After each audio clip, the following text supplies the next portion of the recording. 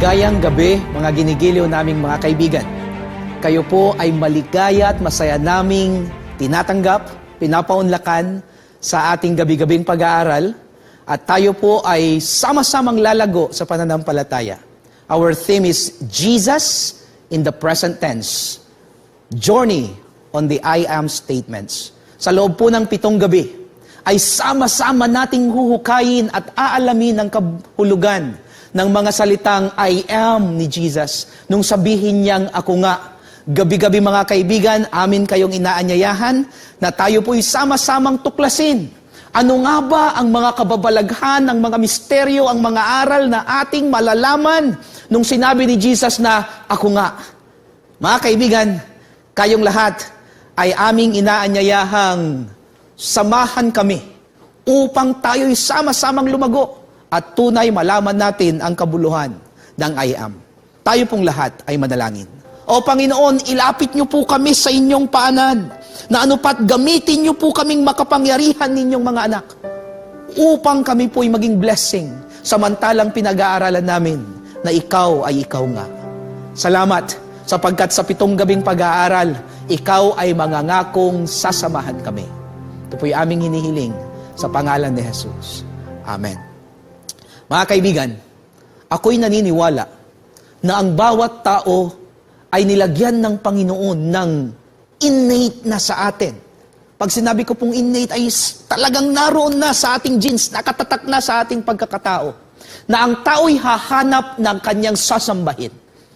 Ang ating mga ninunong mga Pilipino, noon pa ay naghahanap na sila, wala namang nagtuturo, pero maghahanap na sila ng kanilang masasamba. Kaya nga si Bathala ang kanilang sinamba. Naghahanap na sila ng mga anito na kung saan sila'y mag-aalay sapagkat merong kulang sa kanilang puso kung wala silang Diyos. Kaya nga ba mga kaibigan, tayo po'y naghahanap ng Diyos at nagtatanong, ano nga ba ang pangalan ng Diyos? Isa pong magaling na author, isang mahusay na magsalita, isang mahusay na inspire mga kapatid, ang mga maraming tao sa kanya. Ang pangalan niya po ay Helen Keller. Nung siya po ay 19 months old, isa't kalahating taon pa lamang siya, ay nagkaroon po siya ng matinding sakit na anupat nawalan siya ng paningin at nawalan siya ng pandinig. Subalit merong na-introduce sa kanya na isang magaling na teacher. Ang pangalan niya ay si Anne Sullivan.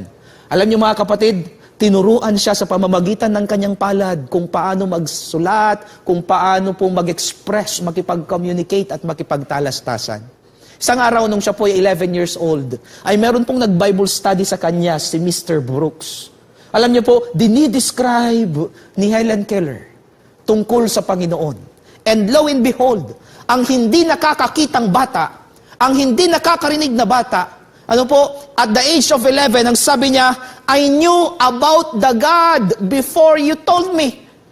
Kahit hindi mo pa sinasabi, alam ko na may Diyos. Hindi pa niya naririnig, hindi pa niya nakita o nabasa man ang katotohanan tungkol sa Diyos. Ang sabi niya, alam ko na may Diyos. Only, I did not know His name. Kaso hindi ko alam ang kanyang pangalan.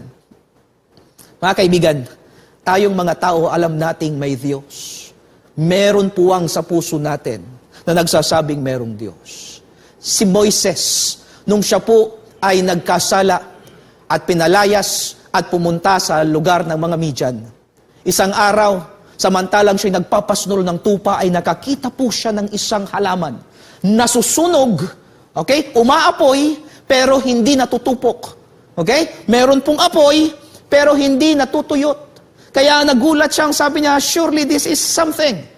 Kayang nilapitan at nagsalita ang Panginoon, sabi niya, Moses, ikaw ay nasa dakong banal na lugar. Tanggalin mo ang iyong mga pangyapak, ang iyong sandals. At kinausap siya ng Panginoon na gagamitin siya mga kapatid upang iligtas, upang dalhin ang mga Israelita mula doon sa Ehipto patungo sa Kanaan, sa lupang pangako.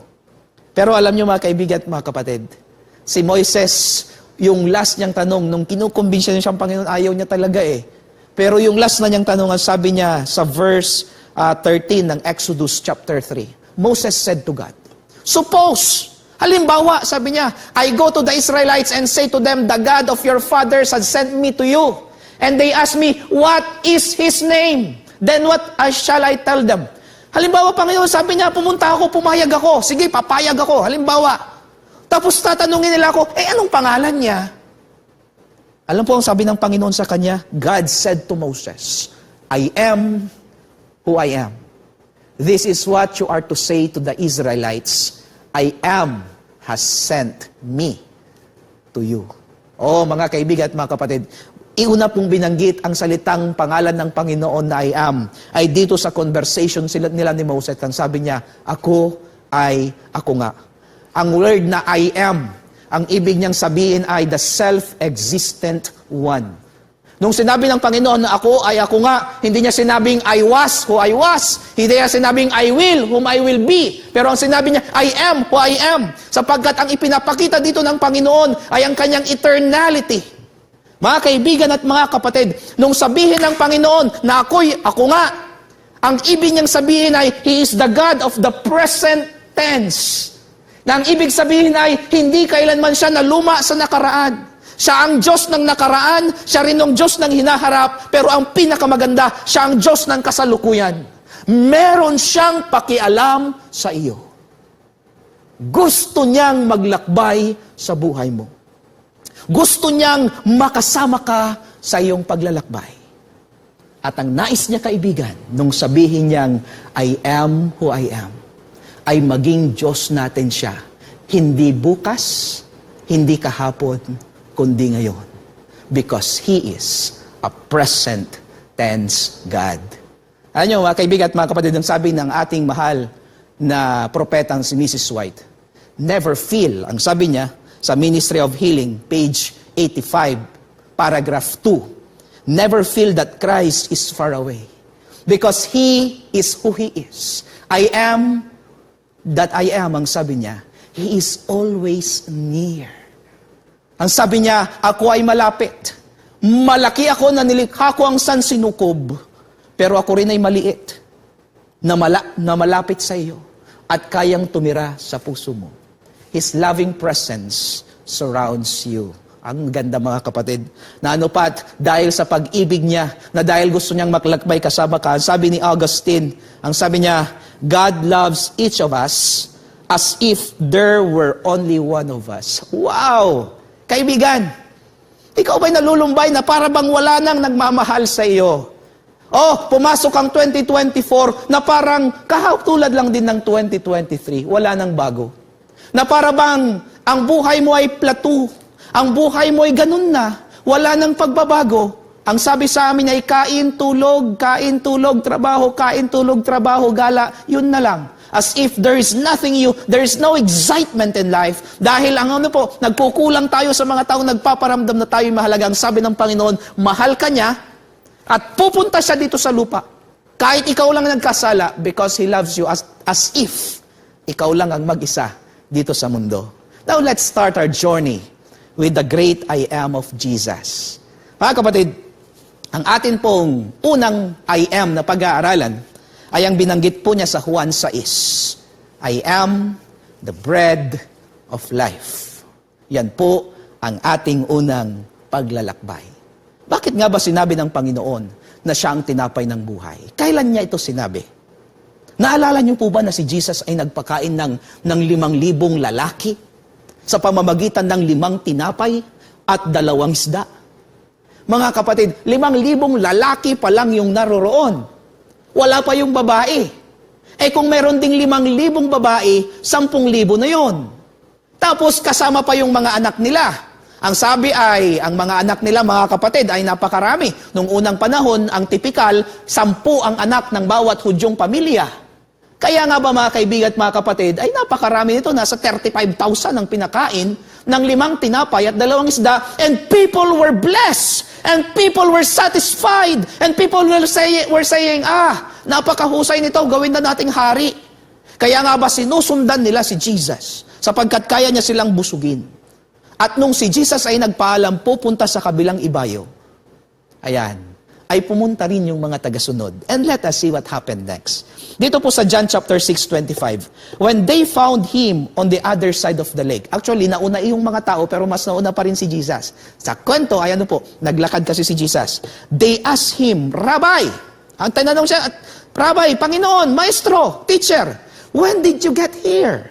Kailan ka dumating dito? Manaunahan mo pa kami. Verse 26, Jesus answered, "Very truly I tell you, you are looking for me, not because you saw the signs I performed, but because you ate the loaves and had you fill." Sabi niya ng Panginoon, alam ko naman alam ko yung puso ninyo. Pumupunta lang naman kayo sumusunod sa akin. Kasi nabibindisyonan kayo. Kasi nabusog kayo nung tinapay na kinain nyo. Mga kaibigan at mga kapatid, does this sound familiar? Na para bang tayo'y lumalapit lang sa Panginoon, tayo'y nagmamahal sa Panginoon at masaya sa Panginoon sapagkat napupuno tayo ng bendisyon? Or pag may pangangailangan lang tayo tulad ng may sakit, pasin ba natin na mas marami tayong prayer pag may sakit, pag may mag-e-exam, pero pag wala ay medyo mahina rin. Mga kaibigan, ang sinasabi ni Jesus dito ay, alam ko namang meron lang kayong gusto, kaya kayo't sumusunod sa akin. Pero meron akong gustong ibigay sa inyong mas matindi. Verse 27, ang sabi niya, "Do not work for the food that spoils, but for that endures to eternal life, which the Son of Man will give you. For on Him God the Father has placed His seal of approval." Mga kapatid, kung atin pong titignan ito, ang sabi niya dito, "But for food that endures for eternal life," or to eternal life. Nung binabanggit ito ng Panginoon, ay meron pong dalawang life ang tinutukoy dito. Right? Yung unang life, ito po yung tinatawag nila na bios. Right? Yung word na bios, this is the life that we have now. Humihinga ka, nabubuhay ka, gumagalaw ka, kumakain ka para mabuhay, yan yung tinatawag na bios, kaya may biology. Ano po? Pero sa translation na ito mga kapatid, meron pang isang life na tinutukoy dito. Ito yung life na Zoe. Alam niyo po itong life na ito mga kaibigan at mga kapatid, ito pong buhay na tinutukoy dito ay yung spiritual life. Yung life not from the life that we feel now, but the extraordinary life. Ito po yung life ng ating spiritualidad. Ang tinutukoy na pinupuno ng Panginoon dito, bagaman pinupuno niya yung ating material, physical na buhay, ay ano po, ay yung kakaibang, yung spiritual na buhay. So they asked him, hindi nila naintindihan Kaya sabi niya, "So, what sign then will you give that we may see it and believe you? What will you do? Our ancestors ate the manna in the wilderness, as it is written, He gave them bread from heaven to eat." Ang sabi ng mga tao, ikaw, ano naman kayang ibibigay mo sa amin? Si Moises may binigay sa amin noon. Jesus said to them, "Verily, truly, I tell you, it is not Moses who had given you the bread from heaven, but it is my Father who gives you the true bread from heaven. For the bread of God is the bread that comes down from heaven and gives life to the world." While Jesus was talking about Himself, ang tinutukoy ni Kristo dito ay yung sarili niya na magiging tinapay ng buhay. Ang nasa isip pa rin ng mga tao ay yung tinapay na pisikal. Samantalang ang tinutukoy ng Panginoon na bebendisyon niya na tayo ay yung kaligayahang hindi masasapatan na anuman material na bagay. We are still thinking na ito'y mga material na bagay, mga kapatid. "Sir," they said, "always give us this bread." Then Jesus declared, now look at the background. Dito sinabi ni Jesus, "I am the bread of life. Whoever comes to me will never go hungry, and whoever believes in me will never be thirsty." Sino man ang sabi ng ating Panginoon, ang siyang kumain ng aking laman na ako ang tinapay ng buhay, ay hindi kailanman magugutom. Jesus was telling this hungry crowd the same thing. You're physically hungry. You're physically hungry, ang sabi niya. I meet that need. Pinakain ko kayo. But there is more important meal. Kaya ang sabi niya, it is me that you need. I am the bread of life. Your ancestors ate the manna in the wilderness, yet they died. Alam niyo yung mga mahal niyo sa buhay, yung mga pinuno natin, 40 years. Pinakain sila ng Panginoon except every Sabbath. Binibigyan sila pag Sabbath, dinodoble pag Friday. But here is the bread that comes down from heaven, which anyone may eat and not die. Pero sabi niya, namatay pa rin sila. Pero meron akong ibibigay sa inyong tinapay. Yung tinapay na ano po, the living bread. Ito po yung tinapay ng buhay. And whoever, ang sabi niya, eats this bread, ang sabi niya, will live forever. Bakit kaya bread, mga kapatid? Bakit kaya tinapay ang tinukoy ng Panginoon dito? Okay? May apat po tayong pag-aaralan na po. Apat na rason bakit ang sinabi ni Jesus, siya yung tinapay ng buhay. Number one, tinapay ang pinanggit niya na pinakaunang I am. Because everyone can experience hunger. Ano po? Sapagkat lahat ay nagugutom. Hindi ko po kayo nakikita ngayon, pero sino po sa inyo ang hindi pa niya nasubukang magutom? Lahat tayo nagugutom, tama? Kaya nung sinabi ni Jesus na ako yung bread ng buhay, lahat sila nakarelate kasi lahat nagutom. Mga ginigiliw naming mga tagapakinig, mga taga-subaybay, ikaw ba'y nakaranas na ring magutom? Ginagamit ng Panginoon na example ang iyong gutom upang sabihin sa iyong kailangan din po natin siya. And He alone can satisfy. Okay? Everyone can experience hunger and He alone can satisfy. That's why God used bread. Alam niyo po, si Blaise Pascal, isang magaling na mathematician, ang sabi niya, there is a God-shaped vacuum in the heart of each man which cannot be satisfied by any created thing, but only by God the Creator, made known through Jesus Christ. Ang ganda, no? Ang sabi niya, alam niyo ba na may vacuum? Ibig sabihin, merong lugar sa puso mo na walang laman. At hindi kailanman yan masasatisfy. Sapagkat ang pwestong yan na walang laman ay ang pwesto ni Kristo sa buhay mo. And that can satisfy. Mga kapatid, ano po itong mga tinutukoy nating nakakasatisfy pag si Jesus ang ating kasama? Una, love. Yung pag-ibig. Alam niyo po, ang number one na kailangan ng tao ngayon yung pag-ibig. Ang sabi nila, ang tunay na nakamamatay na sakit, number one, ay hindi yung tuberculosis, hindi yung HIV, hindi yung cancer, hindi daw po pala yun. Ang tunay na nakakamatay ay yung hindi ka na iniibig and when you are rejected. Why? Sapagkat wala ka ng dahilan para mabuhay. At mas marami daw po ang namamatay dito. Love! Ikaw ba'y nagmamahal?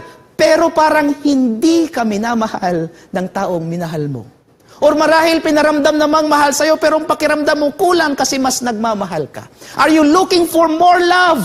Are you looking for love that what? That you understand it's love and it's not fake. Iniisip ba natin kulang pa rin ang ating nalalasap na pag-ibig? Kahit gaano pa karami ang magmahal sa'yo, kaibigan, kulang yan. Because only God can feel that love that you are longing for.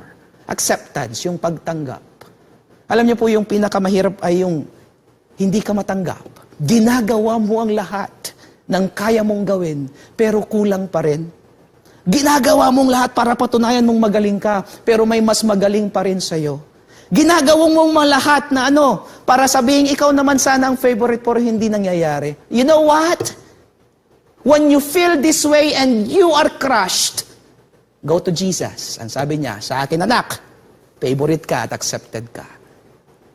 Kaibigan, when Jesus said, I am the bread of life, because we are hungry for identity. Yung hindi mo malaman kung ano ka talaga at sino ka. Minsan ay nakadepende ka sa trabaho mo. No matter, may narinig akong tatay ang sabi niya, kahit na ako pang superhero sa labas ng bahay, pag sa bahay namin, yung misis ko, yung mga anak ko, hindi ako nirerespeto. Parang kalaban at kontrabida pa rin ako. What's your identity?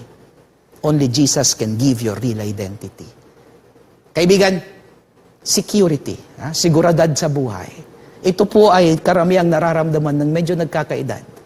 Don't look for security anywhere. Look first, security in Jesus. Okay? Bakit? Because when you give all and when you look for this in Jesus, Jesus truly satisfies. Pinag-uusapan natin kanina yung 35,000 na pinakain ng Panginoon. Sa aking introduction, binabanggit po natin na sa 5 tinapay at 2 isda, approximately 31,000 ang pinakain. Ang tanong, nabusog ba sila? Look, dito po sa verse 12, mga kapatid, ng John 6, when they had all enough to eat, nung hinati yung tinapay, mga kapatid, nung dinistribute na, at nakakain ang lahat, He said to His disciples, ang sabi niya sa kanyang mga alagad, gather the pieces that are left over, let nothing be wasted. Ang sabi niya, nung nabusog, when they had all had enough, nung nabusog na sila, alam niyo po ba kung anong ginamit dito sa Greek? Ang ginamit po ay korta zestai, nang ibig sabihin ay no room for dessert. Anong ibig sabihin? Nasubukan nyo na po bang pumunta sa handaan Tapos doon sa handaan, kaibigan ko, ay napakadaming handa at dahil hindi ka nakapag-almusal at nakapagtanghalian, ihapunan pala yung handaan, kumain ka ng kumain na para bang hanggang lieg na yung busog mo. Nasubukan niyo na ba yan? Yung kumain ka na parang hanggang lieg na. Tapos nung busog ka na, lumabas yung leche flan o yung favorite mong dessert at ang sabi mo, favorite ko yan. Pero wala nang room, wala nang lugar, hanggang lieg na susuka na ako. You see? This is how God satisfies. He satisfies hanggang lieg yung kabusugan that you will never long for more. Kaibigan, when Jesus said, I am the bread of life, because we have experienced hunger, ang sabi niya, I can satisfy you. Number 2, bakit sinabi ni Jesus that that He is the bread of life? Because you need bread to survive, be sustained, and be strengthened. Tama. Kailangan mo mabuhay, kumain ka. At samantalang ikaw ay nagsusurvive, kailangan mo natiling survive at natiling buhay, masustain ang iyong kalakasan, kumain ka. At kung gusto mo pang lumakas, kailangan mong kumain. Kaya nga sabi ni Jesus, I am the bread of life, kasi kailangan natin siya para mabuhay, kailangan natin siya para mag-survive, manatiling buhay, at para lumakas. Sa mundong ito, mga ginigiliw kong mga kaibigan, we need bread. And Jesus is that bread. When you consume Christ, He becomes part and parcel of who you are. He energizes you to do His work. Jesus contrasts Himself with bread that molds or water that stagnates. Alam niyo yung bread? May date doon eh. 3 araw, 5 araw, magmumold na siya, hindi mo na siya pwedeng kainin habang tumatagal. Alam niyo yung tubig, pag na-stagnate po siya, hindi na rin siya pwedeng inumin. Tinula na lang kakaroon ng mga bakterya. The bread and water of this world becomes dangerously toxic over time. However, when Jesus said, I am the bread of life, our Lord is fresh and new each day. Pag siya ang ating kasama sa araw-araw. Oh, dearly beloved, mga kaibigan, you will be blessed tremendously. He will be your sustentation. So yung magsusustain sa iyo. He will be the vegetation. Siya po yung magpapanatili ng iyong freshness. Magiging luntian ka. And reparation, siya din po yung, siya po yung magre-repair sa mga bagbag na diwa. Sa tuwing ikaw ay downhearted, pag ikaw ay may fallen moment, pag ikaw ay lustay na, para bang ikaw ay stressed, distressed, and depressed, He is your reparation. Oh, dearly beloved, when Jesus said, I am the bread of life, He was actually telling each of us that He is essential while living. Hindi mo pwedeng mabuhay, hindi ka pwedeng kumain. Hindi ka pwedeng hindi kumain para mabuhay. Ayan. I am the living bread, ang sabi niya. Ako ang buhay na tinapay. Tinapay ng buhay. And that came down from heaven. Whoever eats, ang sino man daw ang kumain, this bread will live forever. This bread is my flesh, which I give you for the life of the world. And when you eat once, when Jesus said, I am the bread, we have to taste God in our daily experience with His providence. When Jesus said, I am the bread, we have to eat God, it means He must be part of our whole being. At ang sabi niya, once na sinubukan natin siyang maging parte, eat or be part of our whole being, sabi niya, forever, we are satisfied. Last, mga kapatid, pang-apat, bakit kailangan sabihin ni Jesus siya yung bread of life? Because, sabi niya, you can only eat for yourself. O, di ba? Pag ako'y gutom, kahit anong, alam niyo po, yung aking misis, pag sabay kaming kumain, ay kailangan kumain kaming dalawa. Kung busy siya at ako lang kumakain, hindi niya pwedeng sabihin na, ikainan mo na lang ako, busog na ako, pag busog ka na ng 2 beses. No. You can only eat for yourself because eating what? Is a personal experience. When Jesus said, I am the bread of life, your wife, your husband, your family members, your loved ones cannot what? Cannot eat for you. Anong ibig sabihin? Hindi pwedeng maging spiritual sila para sa iyo. It should be a personal experience. There was once a beggar. Pumatok siya sa isang bakery. Napakalaking bakery, napakaganda. And the owner opened the door. At yung namamalimos ng tinapay, ang sabi niya, Sir, do you have bread?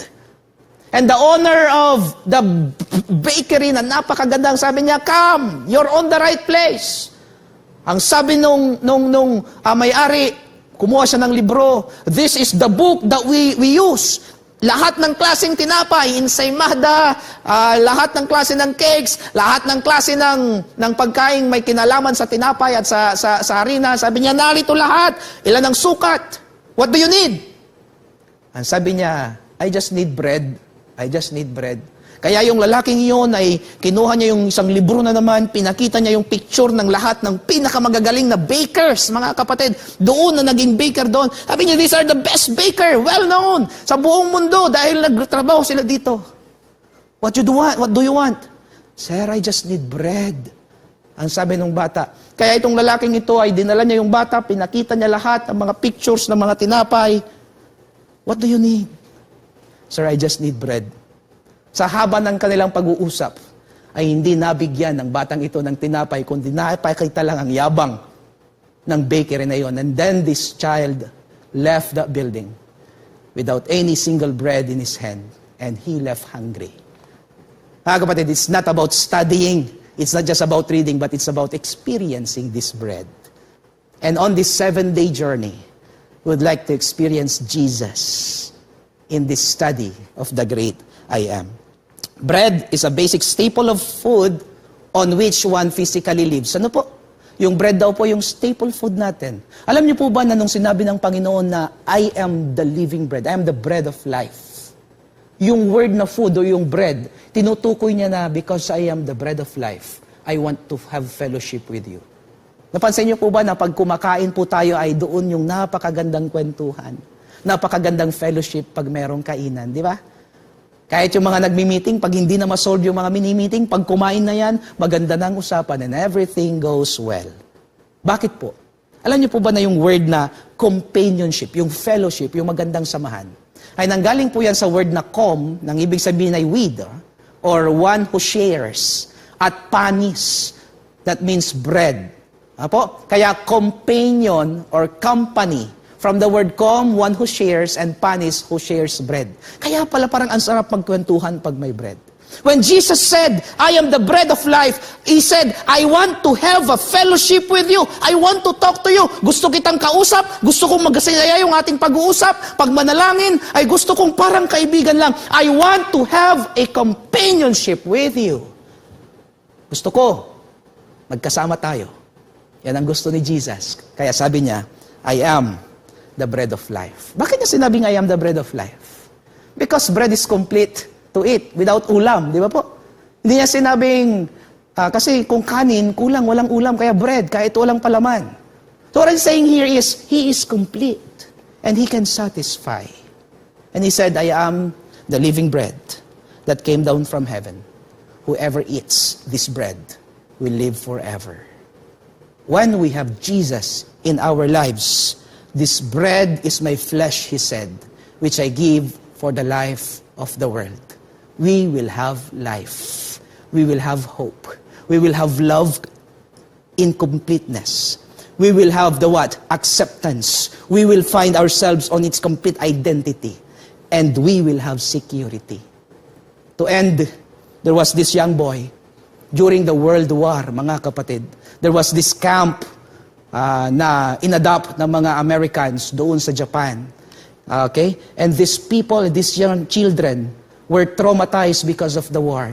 And no matter what these Americans do, itong mga bata doon sa camp na iyon ay hindi sila makatulog. They feed them a lot in the morning, lunchtime, and in the evening. But when night comes and evening comes, hindi makatulog yung mga bata because of so much starvation they have experienced in the past. Na trauma sila sa mga araw na walang makain. Paggabi, hindi sila makatulog kahit busog sila. And there was this psychologist. Nagkaroon siya ng pag-aaral. Alam niyo ang ginawa niya? Ang bawat bata para makatulog, binibigyan niya ng tinapay na hahawakan nila at yayakapin nila bago sila matulog. To assure them that tomorrow there will be bread to eat. Bago matulog yung mga bata, binibigyan sila ng bread na hawakan nila and to assure them that tomorrow you will eat something again. At dahil meron na silang assurance na bukas may makakain, that night ay nakatulog na po sila. O mga kaibigan at mga kapatid, gusto ko pong sabihin sa inyo that when you have Jesus as the bread of life, you have assurance na makakatulog kapag gabi, nang ibig sabihin na you are at peace. Because you know, He is a God who will satisfy. And He said, I am the bread of life. Ang sabi ni John Piper, the cost of food in the kingdom is hunger for the bread of life. Gusto ko pong tapusin ang mensaheng ito sa kataga ni John Piper. Ang halaga daw ng pagkain sa kaharian ng Diyos upang tayo'y masatisfy ay yung magutom ka lang sa tinapay ng buhay. Ito ang pwedeng gawin sa iyo ng ating Panginoon. Hangarin mo lang ang magutom sa Kanya.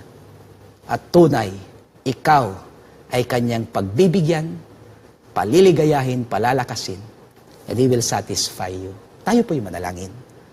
Dakilang Diyos ngayong gabi, maraming salamat. Kayo po pala ang tinapay ng buhay. Salamat po. We have experienced hunger. And so, we understand how to be hungry with your name and with your word and with your presence. Panginoon, salamat po sapagkat ikaw ang nagsusustain sa amin just like a bread that sustains us for us to still live and survive and be sustained and be strengthened. Salamat sa paalalang ang pagkain ay personal, kaya po personal din dapat kaming ma-experience ka. At salamat, Panginoon, sa paalala ninyo na bilang tinapay ng buhay, kailangan po nating lumapit sa iyo at tanawin ang aming buhay na nangangailangan ng tinapay. At ito ay ang presensya mo sa araw-araw. Pagpalain po kaming lahat. Gawin kaming gutom sa iyong presensya. Sa pangalan ni Jesus. Amen.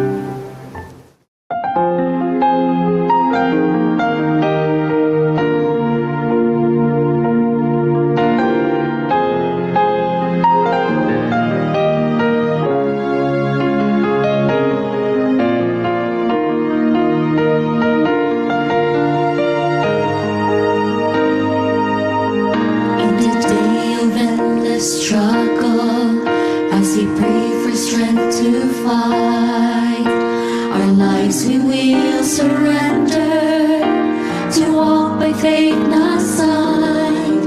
We'll proclaim His name victorious, so all the world will know. Till we someday meet the Son of Man, we must let His truth be known.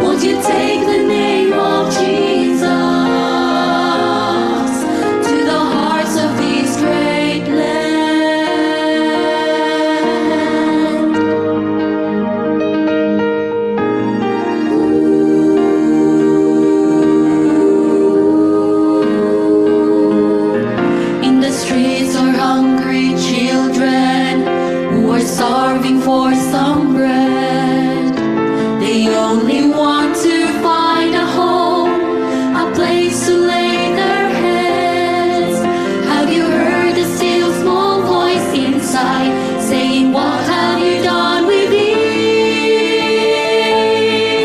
As you've given to the least of them, you've given on to me. We'll praise His name, no matter what the cost.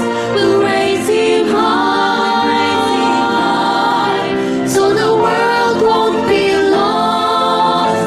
And if by chance He calls us home before we meet again, won't you take the name of Jesus to the hearts of this great land? With courage, to set His people